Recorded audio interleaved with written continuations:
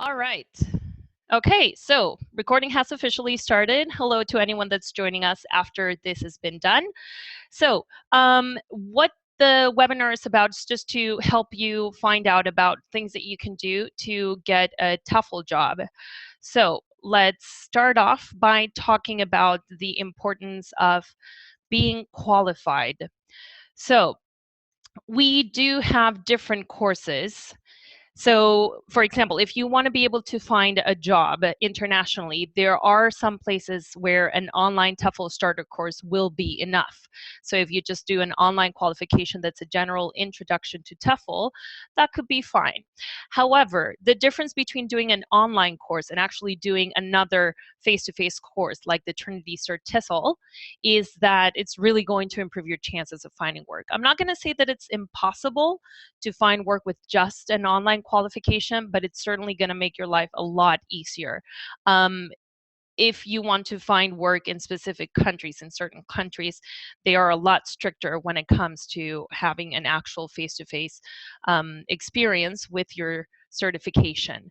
So if there's a place where there's a very high demand for English teachers, maybe they won't mind if your qualification is just online, but it's always much, much better if you have face-to-face experience as part of your training. Now, you can always get further specialization courses to help you find a job in a specific field of TEFL, like teaching business English or teaching young learners if you want to find a job working in an elementary school. So Oxford TEFL offers a variety of these courses. The online TEFL Starter and the Trinity Certificate in TESOL, those are initial TEFL certifications and qualifications. But if you already have one of these qualifications, or if you want to get more experience and more training in English teaching, the Trinity Diploma in TESOL is also a really good option. Just so you know, the links in the PowerPoint presentation will be available for you once the webinar is done. The blog where this webinar was posted will have the PowerPoint uploaded so that you can access all of these. The links will take you to the application forms so that if you're interested in doing one of these courses, you can just follow the links here and apply for them. And as I was saying, on the right, you can see a list of different courses that we offer that are usually online and that can help you just specialize in a specific area of TEFL. So business English. CLIL is if you are going to teach any other subjects in English to people whose first language isn't English. So if you're going to teach science, history, or maths in an elementary school. And then leadership, if you want to go into leadership positions like a director of studies or a course tutor in teacher training. And like I said, most of these courses are done online, but we do have a few where you would have to do a part of it online and a part of it face-to-face, like the training the trainer course, if you want to go into tutoring in some of these courses. So I'm going to stop sharing the screen for a second. I want to ask you, Gavin, and anybody else who's here, are you qualified? Do you have a TEFL qualification? So if you can just type in the chat box, do you have one, Gavin? Are you interested in one? Have you thought about doing one specifically?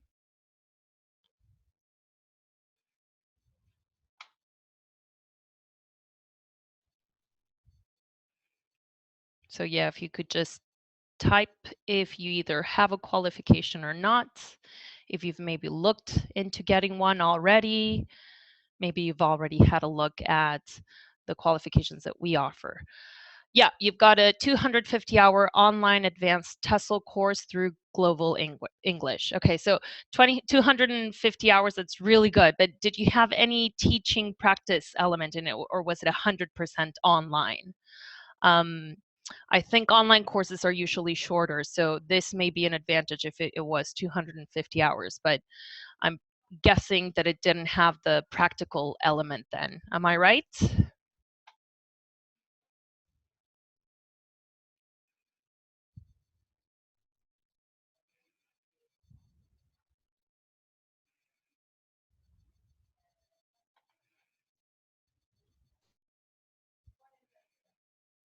Did you have any teaching practice? Sometimes online courses actually require that you do some teaching practice, but it's not actually observed. So maybe I'm wondering if this was something that you had to do, like experiment with whatever you were learning in the course with your own students. 100% online is your answer, did not have a practical element, but you did a 30-hour teaching practice course. Great. Okay, so you do actually have some teaching practice. And we're going to talk about how to definitely include this on your CV to improve your chances of finding work. So let's go back to the presentation. When it comes to actually starting to look for work, a key aspect is, of course, to have a good TEFL CV. Now, someone in your case, you've got a really good amount of training with that online course, and if you have some teaching hours as well in that practical part of the 30-hour course, that's really good. But I want to focus on how other experience can also be useful. So relevant experience is not just teaching English. Say that you're interested in finding work in an elementary school or teaching English to young learners.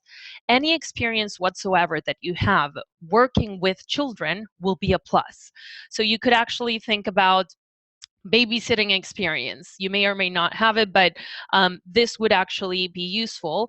And the key is to word it in a way that will connect to TEFL. So if you had to deal with discipline when babysitting, or if you maybe were a football coach with a group of young children, then you also had to probably manage discipline or keep them motivated. And motivation is a key aspect when teaching English to young learners.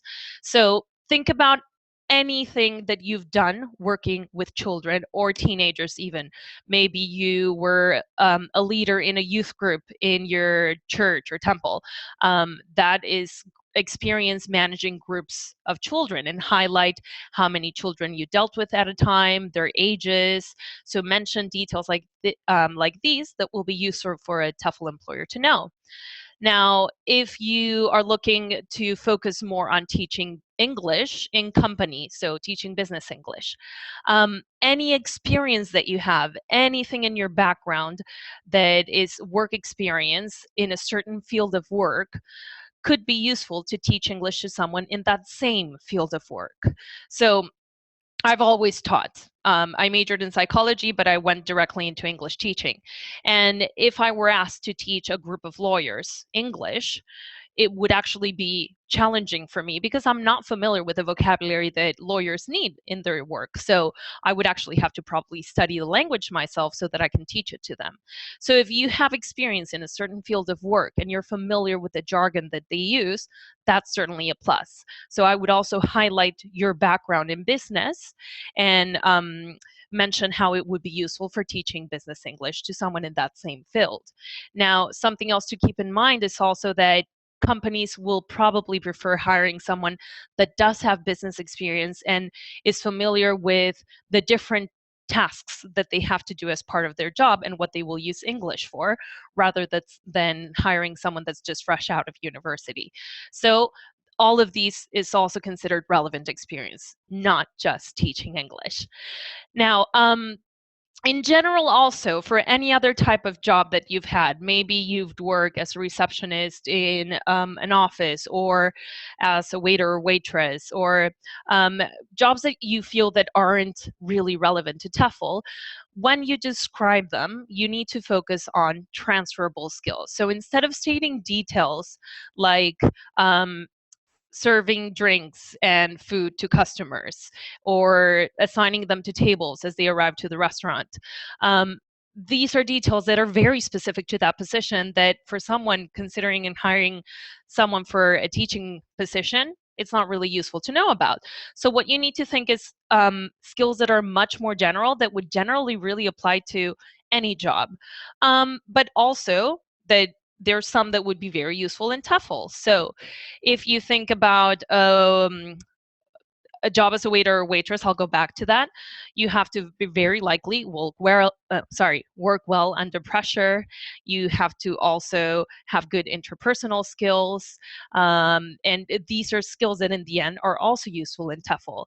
So I'll mention a few others, but it's up to you to really think about the jobs that you've had so that you can highlight what you think would make a difference and matter in TEFL. So meeting deadlines, organizational skills, interpersonal skills, communication skills, working well under pressure, leading a team, working as in a team, being proactive. So skills that in the end, like I said, would be useful for any job.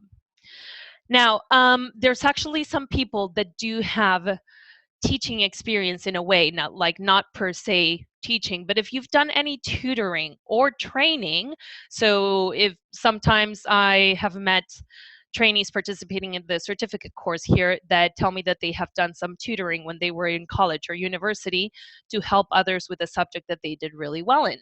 Tutoring in the end is teaching. So just mention if your tutoring was done one-on-one, if you worked with groups of students, what the subject was that you helped them with, how long the sessions were, and if you actually planned these sessions based on what you knew were their weaknesses, or if it was just meeting them and doing whatever homework they had for that day. So it does make a difference if you were actually able to pinpoint areas that they needed to work on. This is something that in the end happens teaching English as well. You'll need to detect areas that they need to improve and plan lessons accordingly. Now, whenever you left a position, or maybe if you were like a supervisor at some point in your previous jobs, if you had to train others that joined your department or that joined the company or where you worked, and you had to train them so that they could start doing things on their own, that's teaching in the end as well. Now, maybe it was just shadowing and you had to explain how things were done, and then you would observe them doing it and give them feedback, but you also need to give feedback when English teaching. I do know that some companies actually have a training program for a week to say something, and you actually need to pass information on and explain it, and then maybe even assess whether or not they had really integrated this information.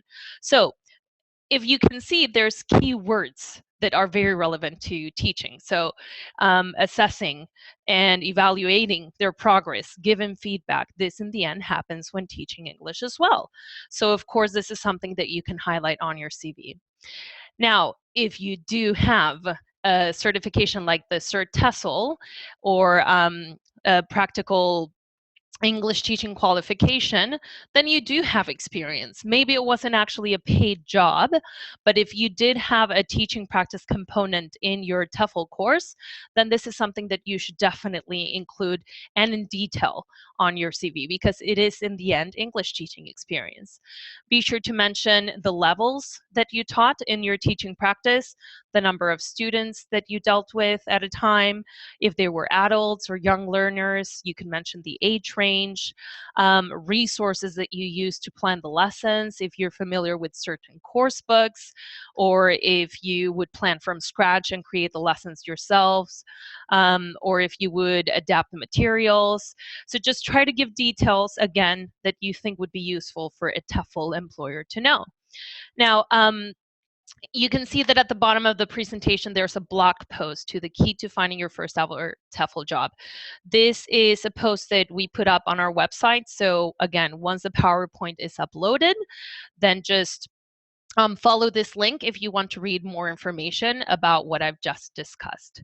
Now, I'll mention a few other things to keep in mind for any CV, really. Think about the country where you're going to apply for an English teaching job. Some countries have the CVs look very different. For example, I'm based in Spain, and here in Spain, people expect to see a photo included with the CV. I'm perfectly aware that this is actually illegal in many countries. So just be sure that you find out about what they expect on a CV. But a few other things to consider that tend to apply for any country is just make sure that it's neat and organized, that it's well presented. It's usually best, but then again, check on the country if you don't go over 2 pages. Short CVs are generally preferred here in Spain. Now, with all the experience that you have in your education, go in chronological order, but with the most recent things at the very top, and then go down. All right, so let's move on. Once your CV is ready, what you can do is start sending it out to TEFL employers yourself, or either looking through ads where you can find out about job postings, or contact employers whether or not you're aware that they have a position available. So there's a few websites. I think that the best one is TEFL.com. They post international job offers around the world, and it's really good. There's constant positions uploaded every day, and for many, many different countries, like I said. And I'll mention that if you have a look at the job posts on TEFL.com, they tend, or a lot of the employers do tend to specifically require that they want someone who is Trinity Cert TESOL qualified. There is another qualification that they mention. But as I was saying before, if you do get a qualification that has a teaching practice element in it, be aware that TEFL employers tend to ask for the Trinity Cert TESOL or another one. So we are internationally recognized. Now, we do have a Facebook page, Oxford TEFL Jobs, where we do post different positions available internationally as well. Then there's 2 other websites that you can also check out. Another really good source, and I actually have a copy of this book with me, is Teaching English Abroad. It's by Susan Griffiths. This is an excellent book because it has a lot of information about what the conditions are like working in China, Argentina, the Czech Republic, many, many different countries. And not only work conditions, but also visa regulations, contact lists of employers there, sometimes testimonials from people that have taught there. So it's a really good resource. And it also has a list of recruiters, because there are some countries where the demand for English teachers is so high that there's recruiting agencies that assign people to different schools in that country, like China, for example. Now, a few other tips to keep in mind if you want to find out about more TEFL employers, or let's say that you're looking for work in a very specific city. A really good tip to keep in mind is pretend to be a student looking for English classes. So Google online English classes. I'm based in Barcelona, so I'll just talk about it as if I were here. Well, as if you were here.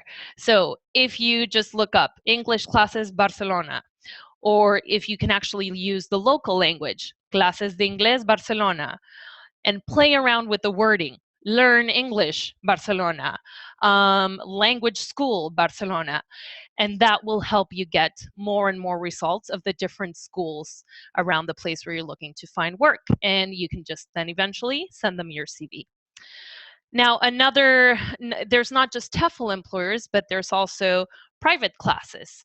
Now, there's some websites that have ads of students saying that they're looking for teachers, or where you can post your ad saying that you're looking for students.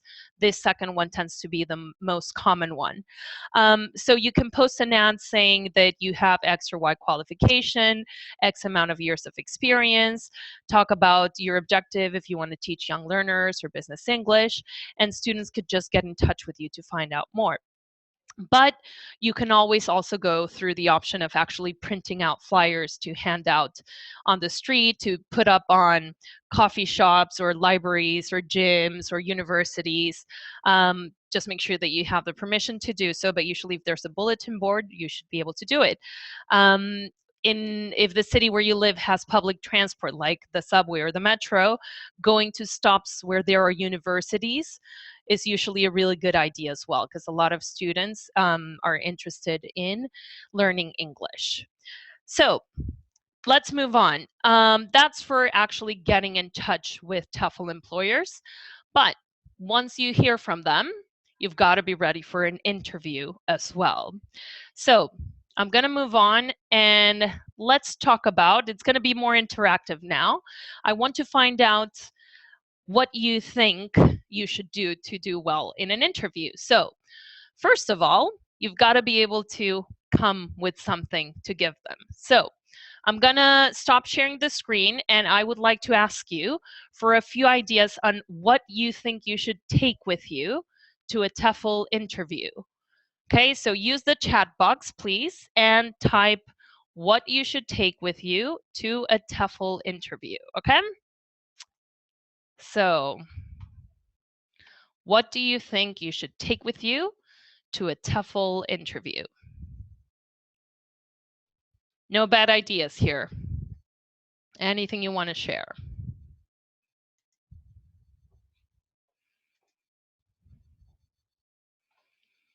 What should you take with you to a TEFL interview?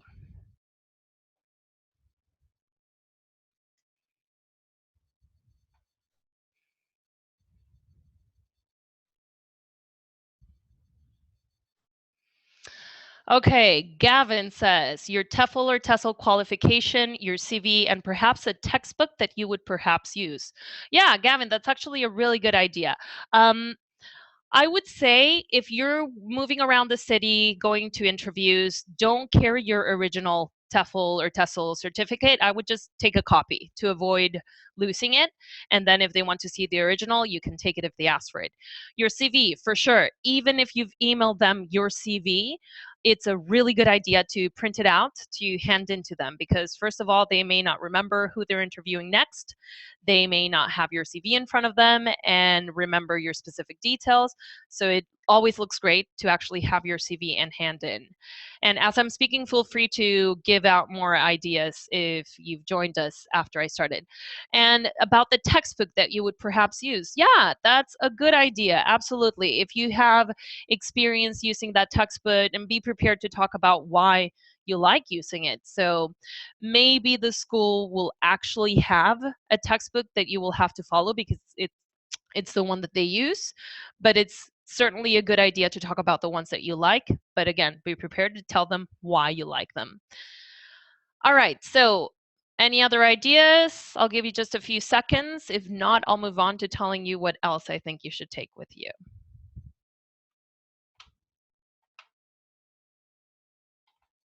All right, I'm gonna go back to sharing the screen then. Okay, so a few other things to keep in mind. Directions on how to get to the school or wherever the interview is at. You want to be sure that you don't end up getting lost and that you can get there on time for sure. And if by any chance you do get lost or you're going to be late, make sure that you've got their phone number so that you can call them and just let them know. What happens is, especially with the trainees that do our course and they just moved to Barcelona, they finish the course, start going to interviews, they're still kind of getting the hang of moving around the city. So that's totally fine. Employers can understand that maybe you didn't understand how the public system worked, but just let them know. Even better though, just give yourself more than enough time to get there early, have a coffee if you've got extra time, and because it's always best to look really good and make an excellent first impression by being there on time, okay? We already talked about taking your CV. A few other things to keep in mind is if you had to fill in any lesson plans, either in previous teaching jobs that you had or as part of your TEFL qualification or courses, take a sample lesson plan of a lesson that actually worked well and be prepared to talk them through it and how it went. Also sample original materials. The presentation has kind of a little board game, for example. So not something that's photocopied from a course book, something that you created, a crossword puzzle with vocabulary that you taught in a class, or flashcards with vocabulary that you made for your class, anything that you actually made. It can also be an article from the newspaper, but with questions that you created, either reading comprehension, true or false, so an activity that you came up with. Then reference letters. So on a CV, I do suggest including referees or references for employers to get in touch with.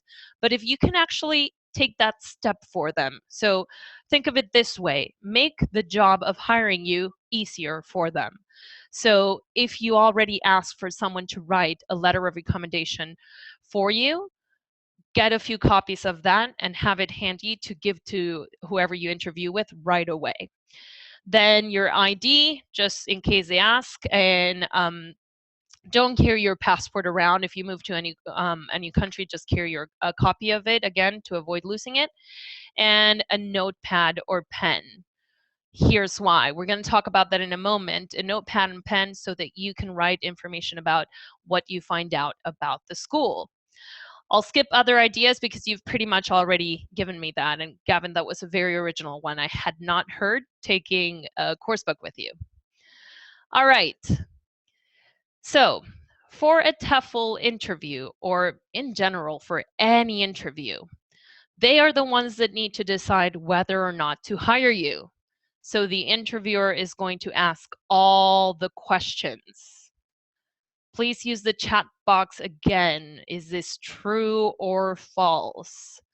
In a TEFL interview, they are the ones that will hire you, so they will be the ones asking you all the questions. True or false? False. Anastasia, any thoughts? True or false? TEFL employers will be the ones hiring you, so they will be the ones asking all the questions. False as well. Absolutely. That is completely false. In the end, you are the one that's going to decide if you want to work there, so you should be prepared to ask questions yourself. So with that in mind, and again, I'll stop sharing the screen in a second so that you can give me ideas. What would you ask at a TEFL interview? What would you want to know before accepting a job? Maybe a question or two. Tell me something that you would like to know or find out before accepting a TEFL job. What would you ask? And again, no wrong answers, no bad ideas here. What would you ask at a TEFL interview?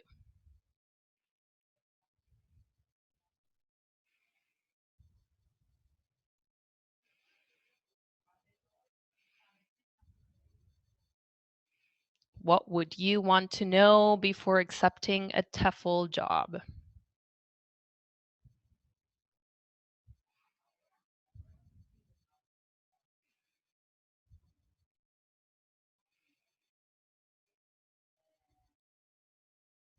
I take it you're typing long questions. What would you want to know and ask at a TEFL interview?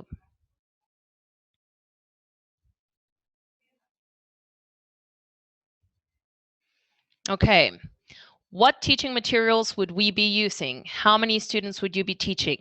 Absolutely. Now, when it comes to teaching materials, I'll highlight something. Like, as I was saying before, sometimes they have specific course books that they use and that they want you to use, and there's no flexibility, but check anyways. They may be more than willing to use the textbooks that you like.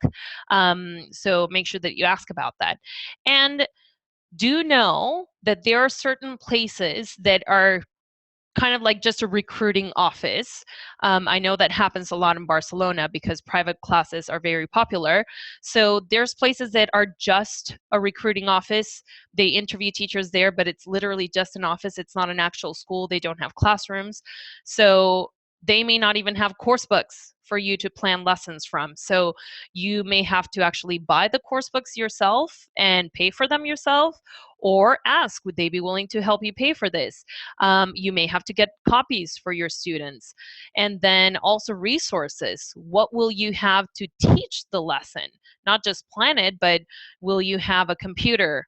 Will you have speakers with that computer? Will you have a projector, internet? Will you have a whiteboard or not? So be sure that you find out what the resources available are. not just for teaching, but also lesson planning. So both of those. And how many students would you be teaching? Absolutely. You want to be sure that you plan activities that make sense. Maybe you have a really fun game, but it turns out that it was just a one-to-one class. So here's a few more ideas. And remember that this PowerPoint will be available to download. A few other things that I suggest asking about. Salary and hourly rates. Everybody would want to find out about this before accepting a job, right? Now, the key here is not so much ask or don't ask, but when would you ask this? Don't ask about a salary or hourly rate until once the job has been offered to you.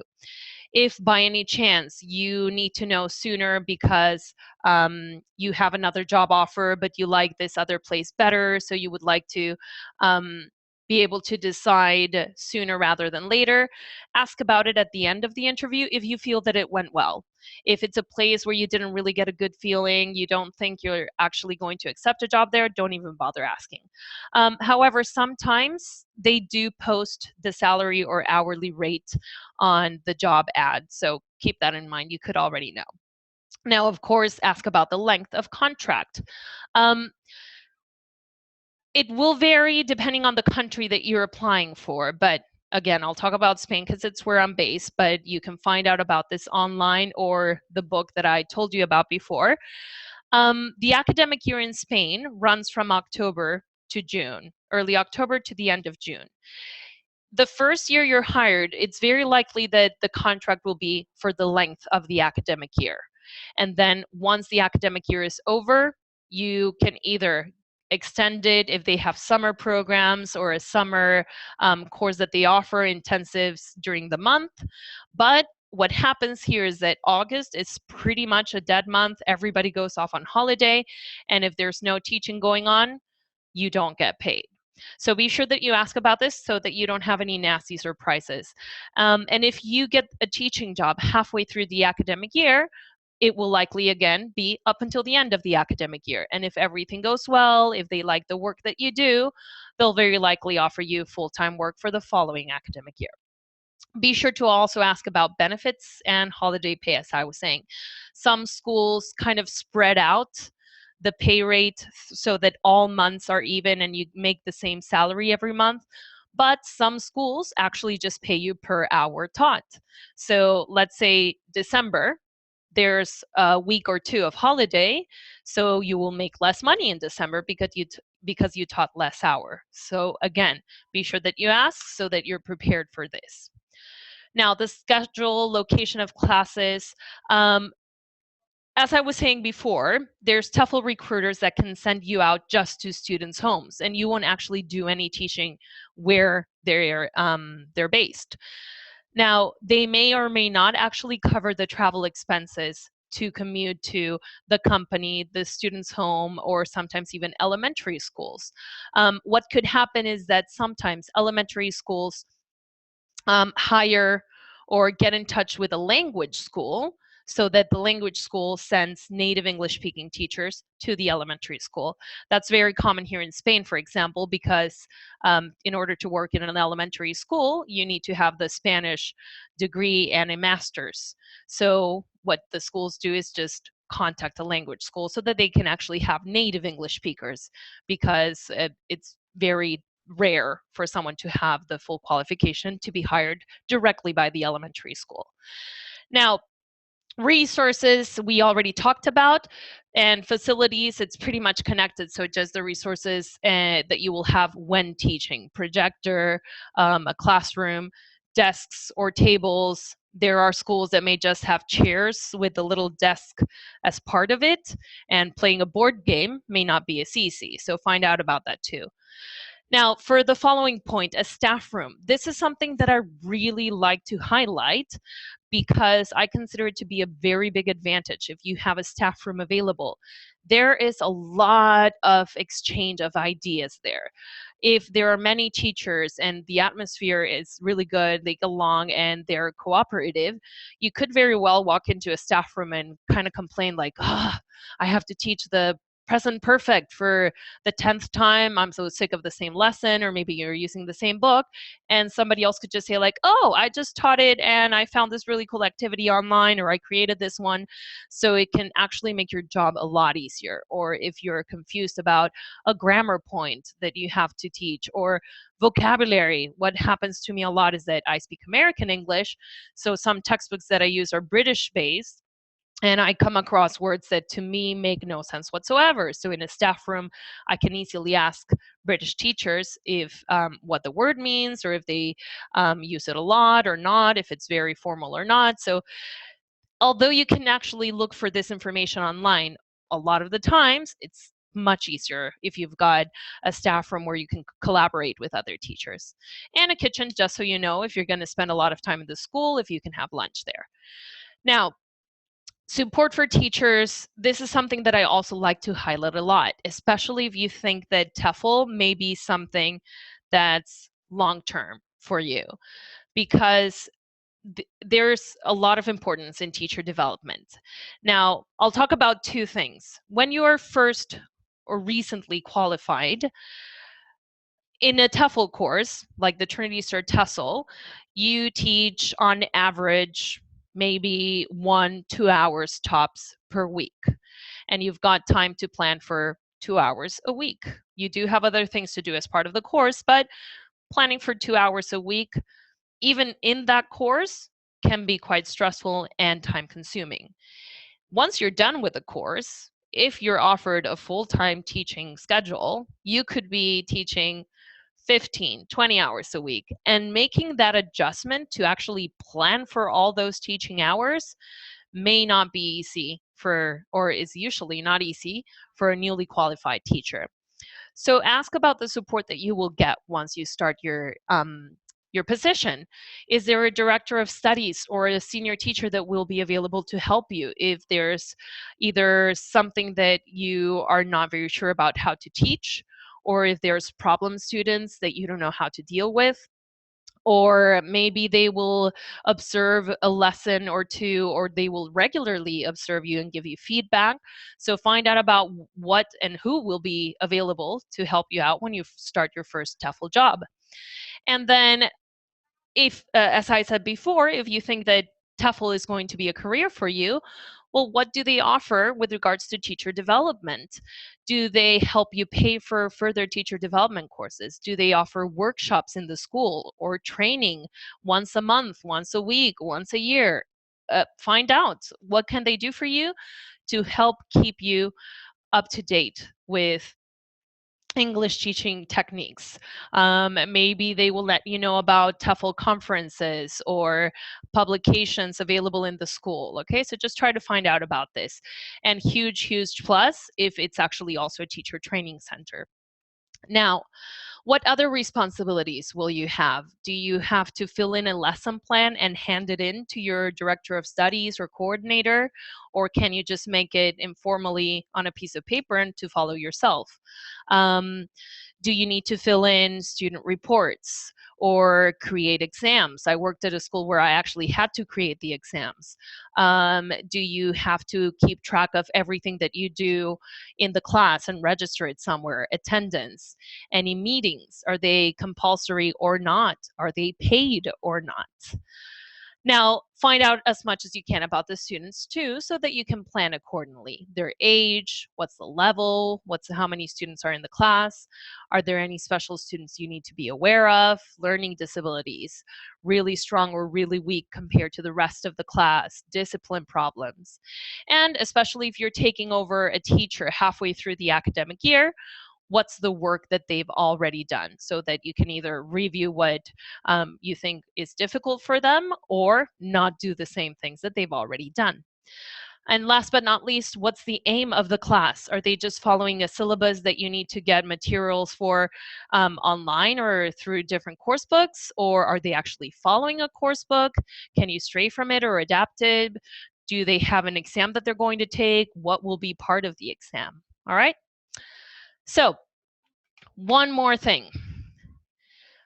We've talked about what you should ask, but in a TEFL interview, there's questions that, I mean, you've got the typical, what are your strengths and weaknesses in any job interview? But in a TEFL interview, there are very TEFL specific questions that you will likely be asked, such as I was saying before, to actually talk about a lesson you taught and whether or not it went well and why. That's why you should also be able to take the lesson plan with you.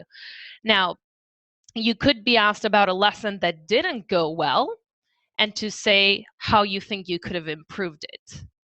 Now, you could also, like, you could be given a scenario and then say how you would deal with it. For example, how would you go about teaching the past simple? Or how would you deal with a student that is constantly complaining and disengaged and not participating in the activities? You could also be asked about your preferences. Would you rather teach children or adults? Do you prefer to teach a specific level and why? And when it comes to these type of questions, I'm all for total honesty.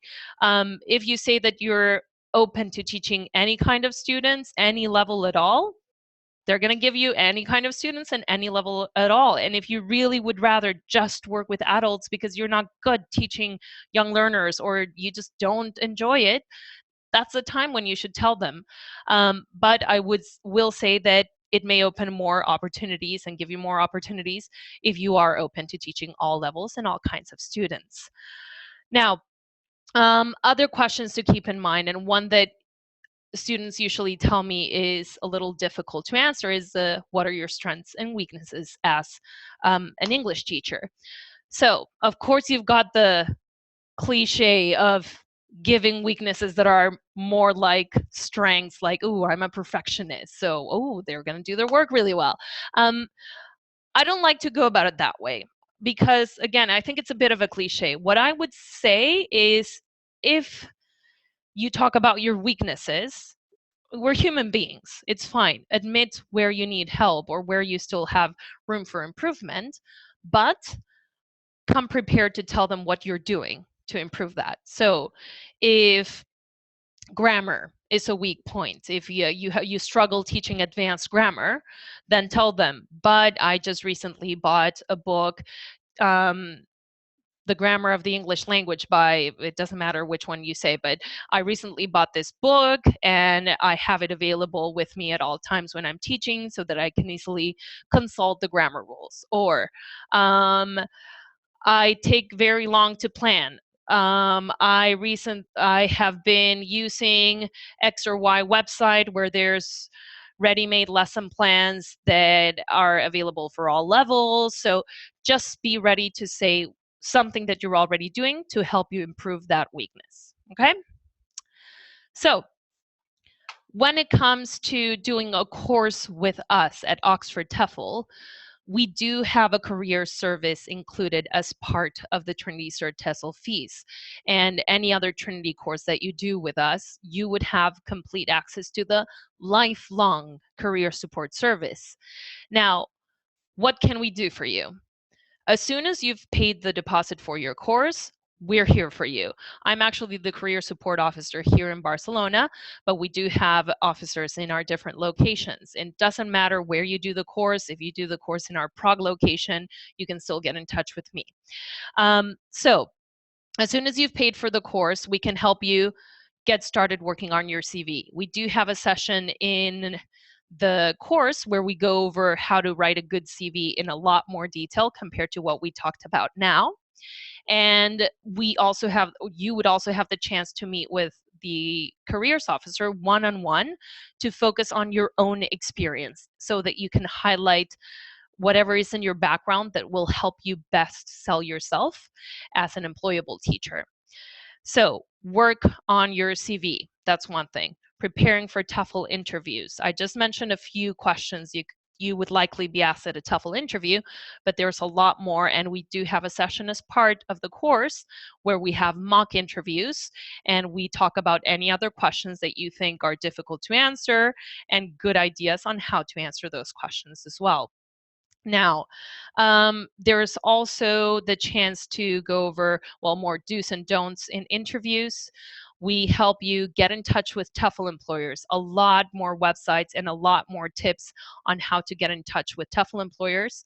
I actually send out CVs for our trainees, so I am in constant touch with about 200 employers here in Barcelona, because most of our trainees, the ones that are based here, are interested in staying here in Spain and finding work here in Barcelona. So the employers let me know whenever there's a position available, and I upload it to our Facebook page. And I also have all of those job postings compiled in a Dropbox folder that I share with my trainees, or with the trainees that do the course here, or in any of our other locations, as I was saying. And because these employers are in constant touch with me, they know that any CVs that I send them are from people that are Trinity qualified. So they have the right qualification. And they prioritize opening an email from me with CVs because they know that it's the profile they're looking for in a teacher, versus looking at the many other CVs in their inbox that may be from people that don't have a face-to-face qualification, or that don't have a native level of English speaking. You don't have to be a native English speaker per se, but you do have to have a native level. So speak English just as well as a native English speaker for many jobs. So they know that any CVs that come from me are good CVs. Now, employers trust in the training that we do so much that they sometimes even interview and hire people before they're done with the course. We give references for anyone that does the course with us, and anything in general, really, for getting a job, we're here for you. So any legal processes or bureaucratic processes that you have to do so that you can legally sign a contract. For example, here in Spain, if you're a foreigner, there's an ID card. It literally means foreigner's ID number that you would have to get, and how to get social security so that you can legally sign a contract. And we'll also give you information or point you in the direction of where you can find the relevant information for visas so that you can legally work in the country that you're interested in. We are also in touch with graduates worldwide, so that if you're interested in finding a job in Thailand or Chile or South Africa, wherever, if we have graduate space there, we'll put you in touch with them so that you can find out about what the experience is like and what the reality is like. Because as much as you can read about this online or in a book, I think in the end, actually getting some firsthand knowledge of what it's like to find a job or work there is a big, big plus. Now, I share the list of all the employers with our trainees as well. And anything that comes to your mind that you would need help with for finding work, we're here for you. And remember, this is lifelong. So if you did a course with us and you had to go back home to finish master's program that you wanted to enroll in, and then get in touch with us 2 years later to find work somewhere else, that's perfectly fine. Now, I'll move on to a few last things before I give you a chance to ask any questions. Stay connected with us. We have different ways that you can stay in touch. We have a Facebook page, not the Oxford TEFL jobs one, but an Oxford TEFL page where you can stay posted on workshops that we do, or other webinars, or courses, discounts, promotions, anything at all. We also have a blog. We post a lot of information about teaching worldwide, testimonials of graduates worldwide, or tips, general tips for English teaching. And Twitter and YouTube. We also upload information, videos to YouTube so that you can have a look at our center or hear what others have to say about what doing the course with us is like. And remember, you'll have these links available on the PowerPoint. Tomorrow, by the end of tomorrow, it should be uploaded to the blog post where you found out about the webinar, okay? We have a few minutes left, and I would like to pass it over to you. Do you have any questions about finding a TEFL job? I'll do my best to help you out as however I can, okay? So I'll stop sharing the screen, and just let me know if you have any questions. How can I help you find out more about how to get a TEFL job? You can ask about our courses, you can ask about interviews, CVs, anything at all.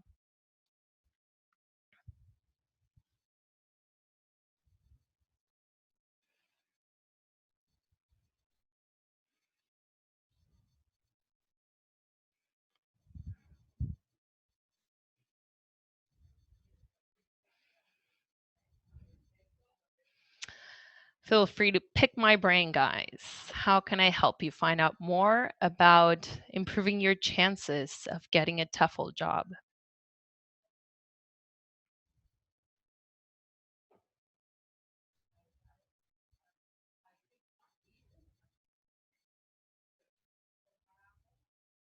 If you don't have any questions, then just type no,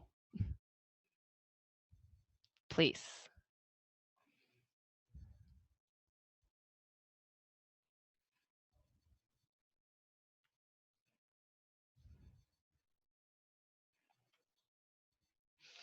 All right. If we do one of the CERT TESOL Trinity courses to get a really good qualification, can we still get a TEFL job without a university degree? That's a really good question, Gavin. That will depend on the country you're looking for work. So, for example, here in Barcelona, it's fine. You can very likely get a job. You could probably very easily get a job, even if you don't have a university degree. But you may be restricted to not teaching in a university. Same thing happens for many other countries. So you could teach at a language center, but not in an actual, like a high school or a university. There are a few infographics that we have on our blog. What I'll do is that, let me see if I can find the link to our infographics so that you can have a look. And it has an explanation of many different countries around the world and the different requirements that they have to specify whether or not you need a degree. But generally speaking, for example, like if you wanted to apply for an English teaching job in Japan, they tend to actually require a degree, especially if they need to help you applying for a visa, because a lot of times the restriction is not so much the TEFL employers, but that the visas are only issued for people with a degree or with people that have a passport from a native English speaking country, for example. So, like I said, we have different infographics about finding work in various areas. Let me share the link with you. And what I'll do is I'll edit the blog post about this webinar so that this link is included. And if you're watching the recording, that you can have access to the infographics as well. But if you just go to our blog and then search infographic, you'll find 4 different links, one for working in the Middle East, one for working in Europe, one for Latin America, and one for Asia. Any other questions? And thanks, Anastasia, for confirming no questions. Any other questions? And again, if you don't have any other questions, Gavin, just please type no.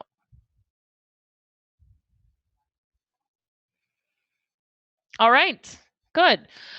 Well, in that case, I'll thank you very much for joining the webinar, and I wish you the best of luck looking for a TEFL job. I really hope that we can see you in our center, or that you eventually join one of our courses. Maybe it's going to be an online one.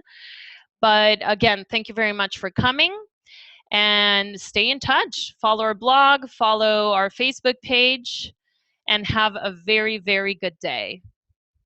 All right, that's it. Bye-bye. I'm going to stop recording now. You're welcome. Thank you for coming. You're welcome, Anastasia.